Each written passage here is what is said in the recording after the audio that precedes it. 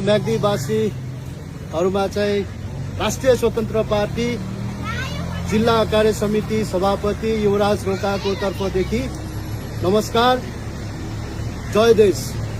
म स्वयं आफै राष्ट्रिय स्वतन्त्र पार्टीको तर्फदेखि प्रतिनिधि सभाको निमित्त उम्मेदवारी दर्ता गरेको थिए।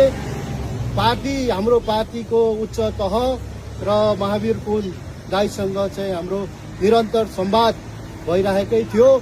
अब पार्टीले फोन गर्ने, हामीले फोन गर्ने, उहाँले फोन नउठाइदिने, फोन उठाइदियो फोन उठाएर राखिदिने। अब खालि गाली मात्रै गर्नुहुन्छ।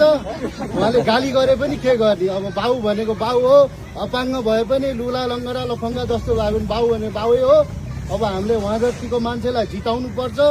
तसर्थ मैले चाहिँ पार्टीसँग चाहिँ निरन्तर संवाद गरेर जसरी भए पनि राष्ट्रिय स्वतन्त्र पार्टीले म्याग्दी जिल्लामा चाहिँ महावीर पुनलाई चाहिँ जिताउनु पर्छ भन्ने अभियानमा चाहिँ लागिरहेका छौँ। तसर्थ म यही स्टेजबाट के घोषणा गर्न चाहन्छु भने प्रतिनिधि सभाको लागि प्रत्यक्षतर्फ हाम्रो त्रिभुज चिन्हमा चाहिँ मतदान गरेर महावीर पुनलाई चाहिँ भारी मतले विजय गराउँ र यदि तपाईहरूलाई चाहिँ हाम्रो राष्ट्रिय स्वतन्त्र पार्टी रासोपाको घन्टी चुनाव चिन्ह मनपर्छ, रासोपाले राम्रो क्रियाकलाप गर्छ, राम्रो काम गर्छ र राम्रो जान्नेलाई छान्ने रहेछ भन्ने जस्तो लाग्छ भने एउटा समानुपातिक भोट चाहिँ हाम्रो घन्टी चिन्हमा हालिदिनु पनि म विनम्र अनुरोध गर्छु। धन्यवाद।